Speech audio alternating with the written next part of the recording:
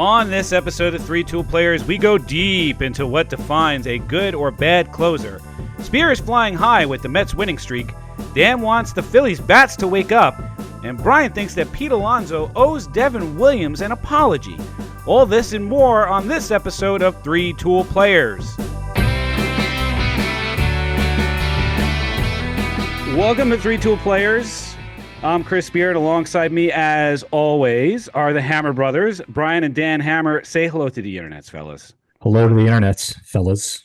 Ahoy, ahoy. Oh, listen to you with the bass in your voice. Yeah, you like that. You got that new fancy mic going on over there. That's nice. Barry Manilow type of voice there. Well, listen, it may be the fact that I got a beautiful new mic here. It could also be the fact that I'm a little angry this evening. And what's wrong? Tell us. You want to know what's wrong? I'll tell you what's wrong. Is the absolute mediocrity of our collective teams last week. I know, Spear, you're having some fun with your team, but let's face it, Friday night was hot basura for all three of our collective clubs. We all lost in the same evening. I think my team and your team had a very similar circumstance to how their games ended up. My team ended up blowing it in the bottom of the ninth. They ended up losing it in the bottom of the 10th. Mm-hmm. You had a very similar circumstance over there, did you not? We've had a very similar circumstance for a while now. And let me say something to you, all right? Because I'm irritated. I'm irritated at the ABCs. We all know ABC equals AA always BBC closing. And instead, we have a different kind of ABCs happening in the Bronx. And it's more like AABB broken CC closer. We have a broken closer in the Bronx. And you know what? I'm going to just come right out and say it, Spear. I'm mad at you. I'm mad at you, Mr. Spear. I am mad at you. You want to know why I'm mad? I would love to know why you're mad. Here, I'll give you a clue. Ready? Okay. It was a polar bear in Milwaukee with a baseball bat. See what I did there? Here's a little clue. Like you think we broke Devin Williams in the playoffs? Hear me out for a second. All right. Okay. All right. Because when I think about the Yankees signing this flatulent airbender from Milwaukee, it's flames. The flames on the side of my face, breathing breath, breathing breaths, really hot. And also R.I.P. Mrs. White, a.k.a. Madeline Kahn. You were an absolute delight. Thank you. Yeah, I knew so what much. you were doing, Brian. I knew. Yeah, I know you know what I was doing. Here's the case. All right, in this case, the baseball bat represents a go-ahead 3-run homer in the ninth inning of a deciding Game 3 NL Wild Card series with the Mets and the Brewers, and Pete Alonso tattooed a changeup off Devin Williams. The man has been broken since, as evidenced by this Friday night against Toronto. All right, it's amazing what 12 pitches can do. 3 runs on 3 hits, all of them earned, 0 recorded outs. The only air bending on display is the absolute stink of Devin's pitching in 2025. It's nasty and not in a good way. No, I'm not done. I'm going to keep ranting here, all right? And it's all the Polar Bears' fault. Pete Alonso basically did a home invasion on Devin's mind last October. He really just ran into his house. He raided his fridge, ate up all his crackers and his licorice, and then he decided to drop a double-decker deuce in his powder room, and then he stole his lawnmower on the way out. Now the Yankees have an $8.6 million lemon on their hands, and we want Pete to kick in some therapy money for punitive damages and restitution. All right? You want to ask me why I'm angry? That's why I'm angry. All right, Spear? That answer your question? I don't know how you're going to get it out of Pete Alonso. You know what the problem is you made Devin Williams shave his beard. The hair was the source of his power. The hair was the source of his power. He showed up to spring training with the Yankees with the shaved beard. That's what did it. You're going to blame Pete Alonso? I blame the rules that you had. You guys can blame all you want. I just blame the Yankees' errors. I mean, their fielding stinks. They had 1 out. And I'm going back to the game on 4/19, all right? You already had 1 out in the 9th inning. And when a ground ball to Oswaldo Cabrera, he overthrows the first baseman, that's basically what started it. And the thing is, it's different when you go from the windup in the stretch. It's a different mentality. You pitch batters differently. When there's no one on, you're going to pitch differently to each batter that you're facing. So I blame the errors for the Yankees. I mean, it's basically the same thing that happened in Game 5 of the World Series. Errors killed the Yankees. It's not the pitching, it's the errors. It's your fielding. So you want to be mad at something, be mad at that, Bry. Don't be mad at Devin Williams. Don't be mad that he had to shave his beard and like took his mojo away. Gives a crap about that. It's your fielding that stinks. So I'm going to take a step back here. I'm entitled to my rage, and looking at your ugly face just makes me even more enraged. Oh, now you're taking it personal. You're taking it. I certainly am. All right. Everything that you have said in the last 30 seconds has now made us all dumber. I totally forgot third grade math the second you got done talking. The last time that I checked, the Yankees had 12 saved opportunities and they converted on 9 of them. So you're at 75%, you jackass. Well, you know what? That's better than the we were. Phillies. Here, let me paint you something, all right? I was like, oh, woe is me to you right here with the Yankees. You know what the Phillies are? They've only converted 8 out of 15. They're only at 53%. I have a freaking Giacomo and Jordan Romano that is like throwing up freaking like, saucers to like every one of those players that he's pitching to. He is throwing freaking meatballs. I'd love to have Devin Williams right now. You can take my Jordan Romano. How about we do a switch? No, because I don't want to hire a batting practice pitcher because that's essentially who you have going up there. I think he read his contract wrong when he's going into the game. He's like, oh, I'm supposed to get strikeouts. Oh, I'm sorry. I thought I was supposed to make these balls hittable. Meatballs, as you say. Wait a second. I wasn't signed on to be batting practice. I'm supposed to be pitching. I'm supposed to be a closer. What? Yeah. No, listen, he's got to put that coffee down because coffee is for closers. And Daniel, you're not as ugly as I led on to be earlier. All right. I'm aggravated. I think it's clear. We demand excellence, especially the fact that we have the greatest closer of all time as a Yankee alum in Mo Rivera. So yeah, maybe I've been spoiled. Okay. Along with the 27 world championships that we have, having the great Mo Rivera, seeing him in action, and it was with one pitch. Let's be honest. I mean, Devin Williams has gone from 4 pitches down to 2, his fastball and his changeup. But if you look at his arm slots, basically the same as last year, but all his pitches are in the same heat zone area. It's going to be high and in on righties, and it's going to be just down the middle low for everybody else. And all you have to do is pick the right pitch. You know what? How about we take a step back here?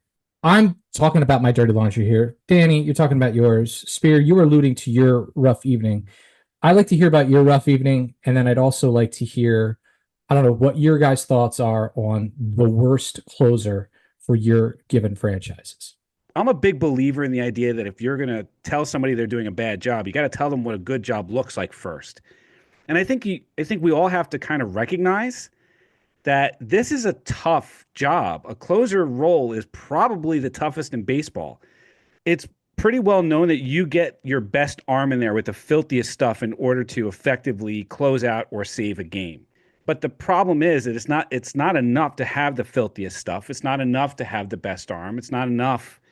You have to have the mental makeup, the intestinal fortitude, if you will, to be a closer, because by definition, you are coming in under the worst circumstances. By definition, a relief pitcher recording a save must preserve his team's lead while doing one of the following: enter the game with a lead of no more than 3 runs and pitch at least 1 inning. Enter the game with the tying run in on the on-deck circle, at the plate, or on the bases, or pitch at least 3 innings. So by definition, the closer is walking into a high-pressure situation. It's high pressure, it's high stress, and it takes a certain mindset and a constitution to be able to do it. Not every bullpen arm can do this. Not every fireballer who throws 98 miles per hour can do it. And the way I know this is that Ryan Stanek, who by most definitions is a good bullpen pitcher, especially this year for the Mets, has a career save percentage of 40%. And the way I know this is because Stanek came into the game in the bottom of the 9th on a Sunday with a 1-run lead, and that's exactly what the Mets broadcaster said. Almost on cue, Stanek gives up 2 runs, and the Mets lose the game. So the question I have for you guys is, if we're going to throw closers under the bus, and it sounds like that's where we are right now, the question I have for you guys is, how do you define success for a closer? I'm going to pause here and be deep in thought.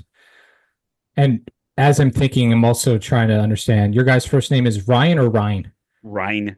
Making sure. Ryan Stinkfist over there. Here's how I define success.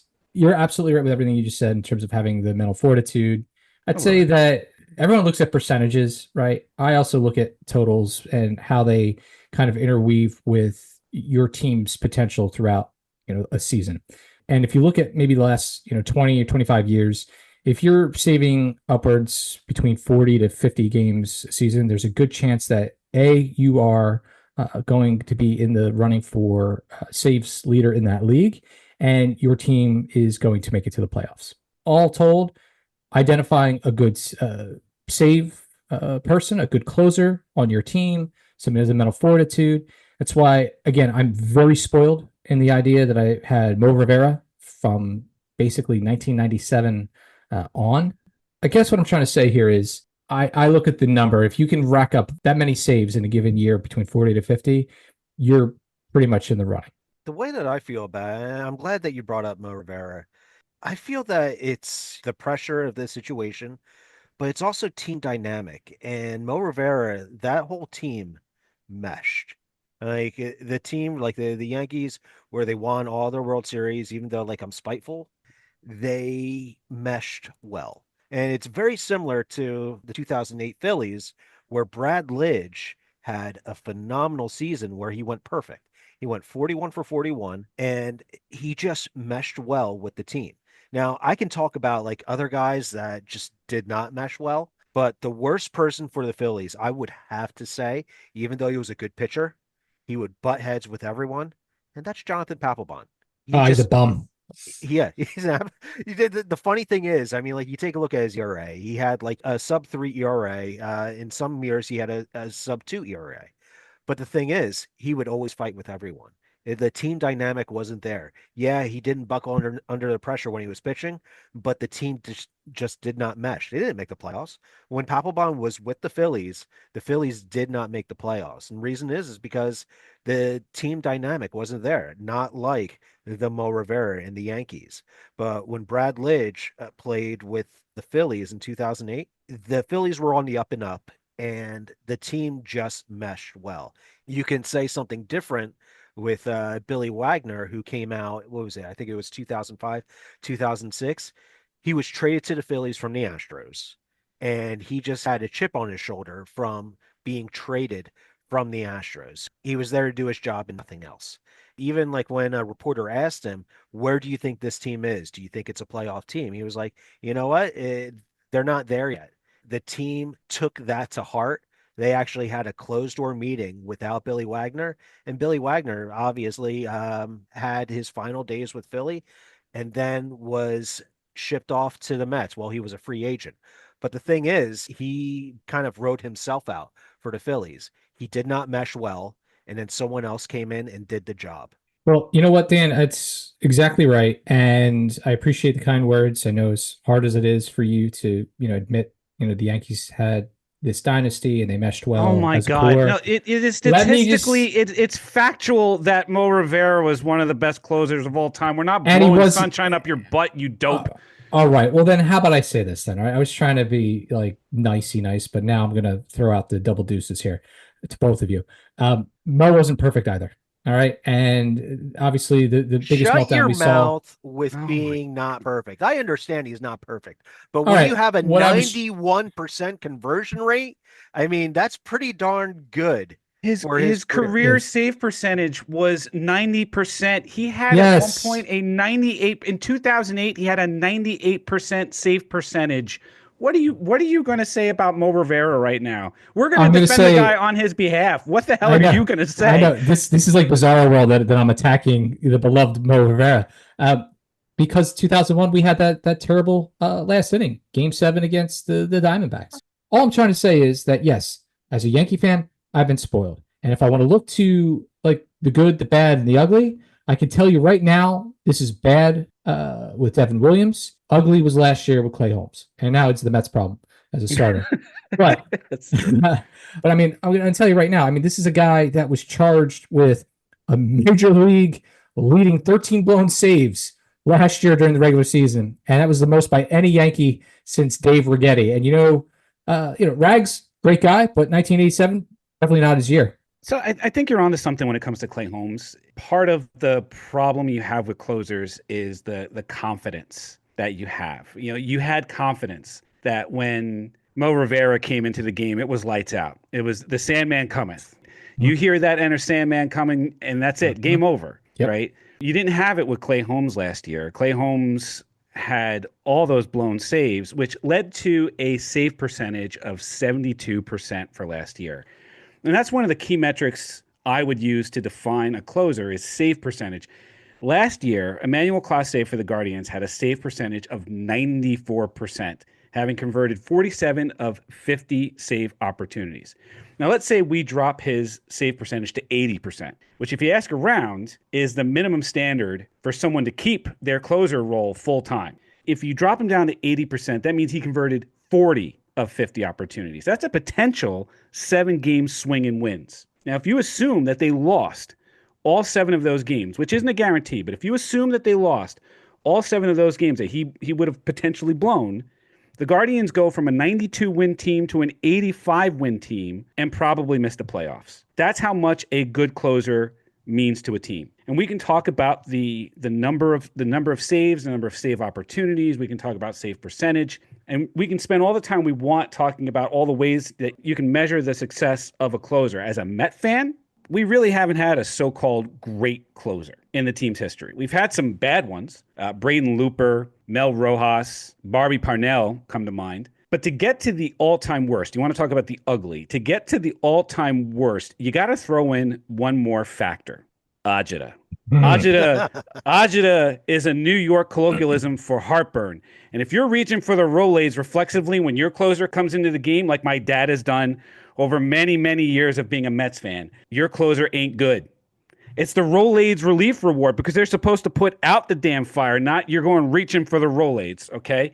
So I'm going to talk about Mets closers in terms of agita given. Because when closers mess up in big situations, and remember, it's their job to deliver in big situations, you remember those kinds of things. You get the agita.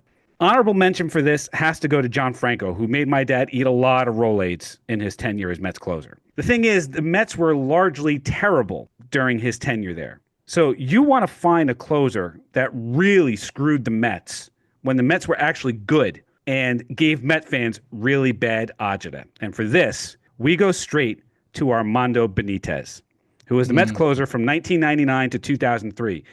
Benitez finished his Mets career with 160 saves, which is good for second all-time with the Mets, against 26 blown saves for an 86% save percentage. But that doesn't tell the whole story. The Mets were actually good during his tenure. When you're good and you actually make the playoffs, which the Mets don't do often, you better deliver. You better be good. He wasn't. Benitez always seemed to come up small in the biggest situations. In the playoffs, Benitez blew saves in the 1999 National League Divisional Series when he served up a home run to Jay Bell on a platter to tie the game. In 2000, the Divisional Series, he gives up a huge 3-run home run to JT Snow to tie the game and nearly turn a win into a loss. And in a moment that I'm sure is near and dear to Brian's heart, in the 2000 World Series against the Yankees, he walks Paul O'Neill to start the ninth, and he allows him to score on a sac fly by Chuck Knobloch, setting up the Yankees to walk it off in the 12th, and the Mets ended up losing the series 4-1. The worst, though, might be in 2001 when he gave up a walk-off grand slam to Brian Jordan in a critical September 2001 game against the Braves that killed the Mets' chances of making the playoffs. They had gone on an 11-game run to get back into playoff contention, and that game basically took them out of it. So if you ask a Met fan, which closer has given you the most agita, it is likely to be Armando Benitez. I have to say, I definitely agree and approve of your choice.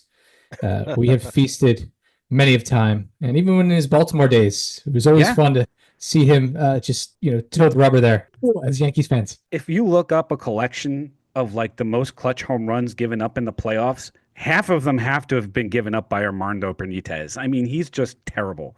Straight up terrible. And that's your job, man. Your job as a closer is to deliver in the big moments. Benitez couldn't do it. Yeah, there's really nothing that I can match with that. I could talk about Mitch Williams and F and Joe Carter, but the thing is, it was just one home run. That did mess up Mitch Williams, though.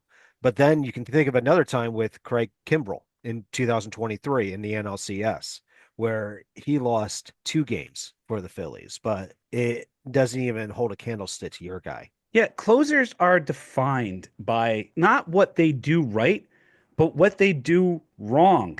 We started this whole conversation about Devin Williams blowing his first save of the season. That's one save that he blew, but that's how closers are measured. It's unfortunate. It's their job. They are measured not by what they do, but what they don't do. And once they don't do it, like you say, Brian, I mean, he might be in his head now.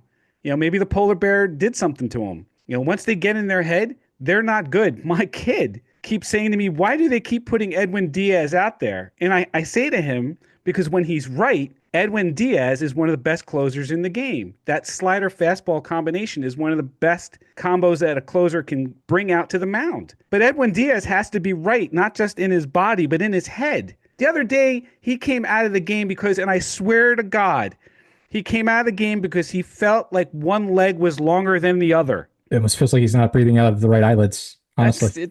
I mean, who knows? Who knows? But so I feel for you with Devin Williams, I do. But you have to learn to live with the quirkiness of the closer role, or massive agita.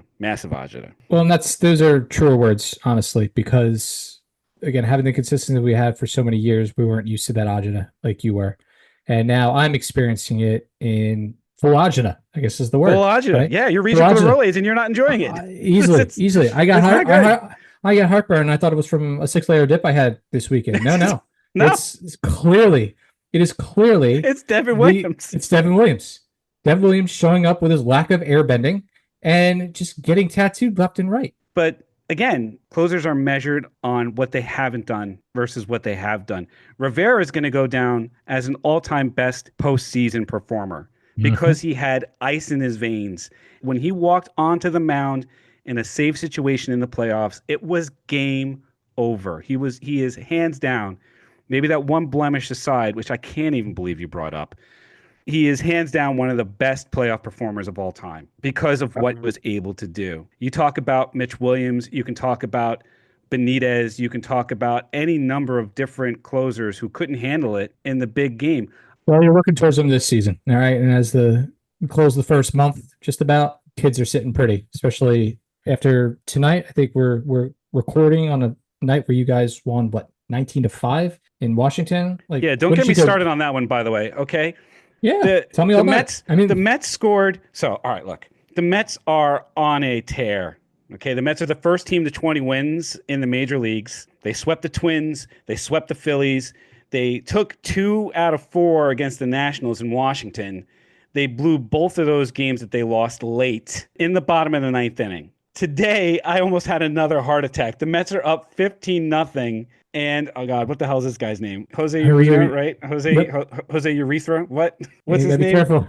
Urethra's got to worry about those kidney stones. You better say it right, or the TikTok pronunciation police can come for you. Kidney stones. Kidney stones. So the Mets are up 15-0 in the 7th inning, and they bring in Jose Urena. He gets out of the 7th inning. In the 8th inning, he promptly gives up 5 runs. He gives up back-to-back home runs, and I'm like, okay. Then he gives up another 3 runs, and I'm like, how are you going to make me sweat 15-0 game? Like, why is this guy still in the game?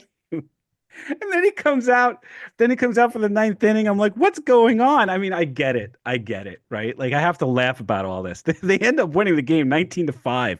It was the first time they scored 19 runs since 2018. The Mets are on a tear. Brandon Nimmo went bananas today. He went 4 for 5 with 9 RBIs. He tied a franchise record for most RBIs in the game with Carlos Delgado. They got Jeff McNeil and Francisco Alvarez back, both of whom homered in the series against the Nationals when they came back. They sent Brett Beatty down to the minors, ending the long national nightmare for Met fans. You see, Griffin Canning has turned out to be the surprise of the rotation. Max Kranick has come in any number of horrible situations and gotten the Mets out of it. There's a lot to like about the Mets right now. And the only thing that I'm hopeful for the rest of the year is that the Mets can somehow continue this thing that they have going on. The one thing that I really like about the Mets right now is that they seem to have carried on that no quit. There's no quit in this team from late in the season in 24.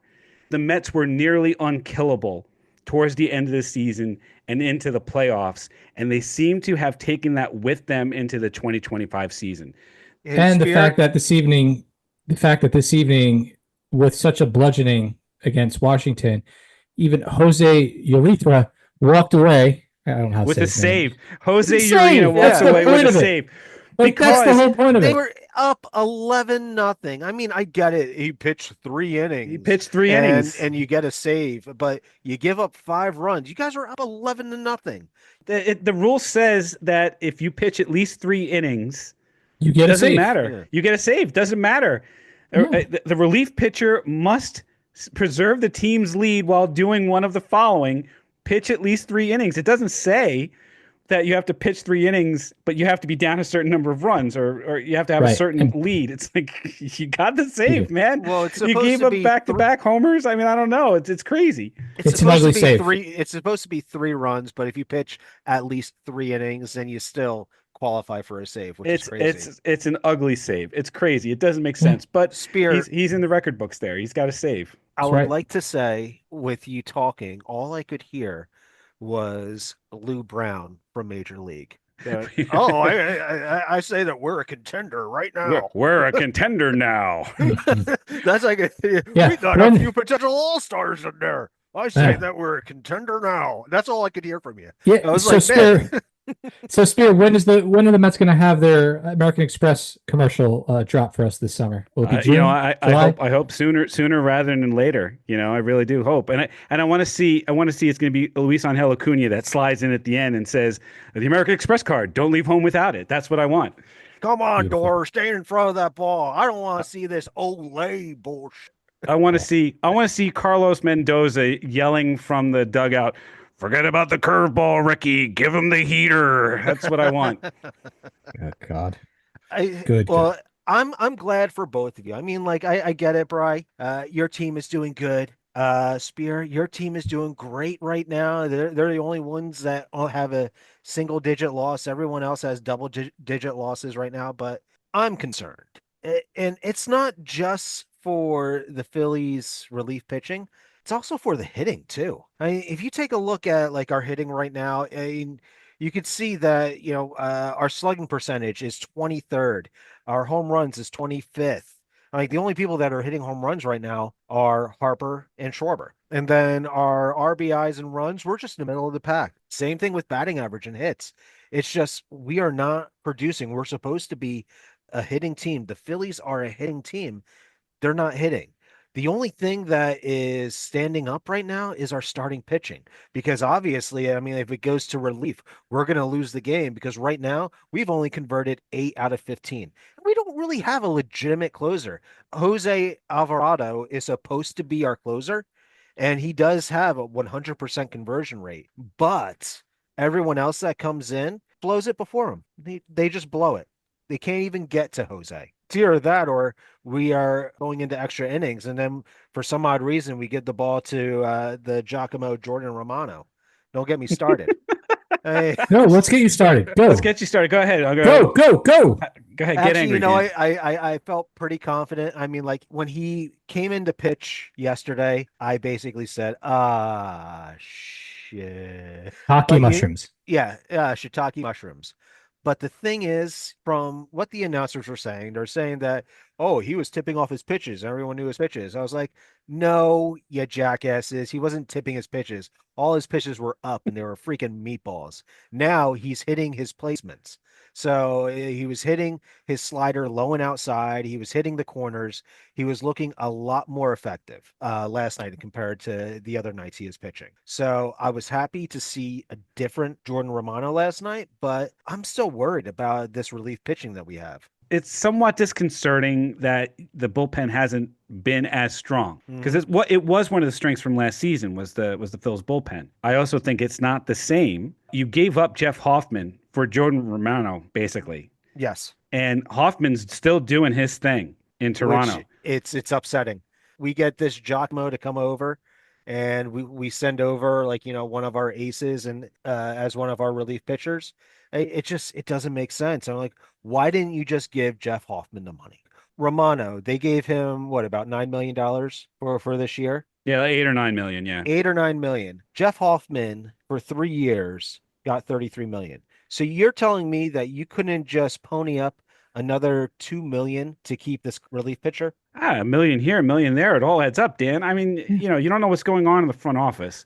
That's right. You got to think of the bottom line there, Daniel. The difference between a middling closer and, someone's bonus payout for the year in the executive lounge, that could mean something, my friend. Yeah, well, you take a look at our key guys. You take a look at Trey Turner. You take a look at Bryce Harper. They both took a pay cut to come to Philly. They're only getting paid between like 25 to 30 million. I mean, you have your Juan Soto that is getting paid like between 50 to 60 million. These guys are only getting paid 25 to 30 million. Yeah, but the difference is the Mets are in first place right now, even with Juan Soto sucking wind. Sorry, Spare. I have to. He's not sucking wind by most definitions. Juan Soto is doing well. He's just not doing Juan Soto well. Yeah. But Juan Soto. So wait. Take a step back. Then Juan Soto well is not happening. So what would you pay this man if his name was not Juan Soto? It was just player in right field. What would you pay him based on his performance right now? Projected out to be what? He'll hit maybe 18 to 20 home runs, maybe score 120 runs, fine, whatever, but he's benefiting from a killer offense right now. What would you pay a man like that that's performing the way he is right now? So you're still paying Juan Soto to be Juan Soto eventually. You know what I mean? Like right now, this second, he's not up to Juan Soto standards, but he's still basically batting .250 with 3 home runs and 12 RBIs with an on-base percentage that's, I want to make sure I get it, .374, which is ridiculously good. Juan $765 million good? He's gonna figure it out. Met fans everywhere are just like you, and for whatever odd reason, Yankee fans like to go to Citi Field to start Juan Soto sucks chants. Like, get over yourselves already, for the love of all that's holy. Well, we have the money to do it. Our fan base is clearly, one of the richest in the world, and we have all kinds of disposable income to go to God bless stadiums. Yeah, and they and they can grab baseballs out of Mookie Betts' glove, right? Absolutely. No, those weren't true Yankees fans. Those were definitely mental asylum patients that were escaped and had stolen tickets outside of that game and just made their way to the stadium. So I don't call them Yankees fans. I can't, never will. And I'm glad that they got their asses handed to them and they're no longer allowed to come into stadiums. Now, how do you enforce that? I don't know. You know what? Maybe I go on a rant. Maybe I go on a tear. Maybe I find some FU money and I decide to make that my life's mission, to follow these guys around, make sure they don't try to walk into any ballparks, because who else is going to police but the good guys like me? Only you can save us, Brian. Only you can save us all. Listen, that's on my chest sometimes. It's weary. I'm going to tell you right now. But I'm doing heavy it for all of you. Heavy is the head that wears the crown. It's not the hero we deserve, but the hero we need. I don't think anybody asked for this hero. It's like, who are you? Get the hell out of my driveway. No one did. No one did. I don't know. For me, Dan, the bats will wake up.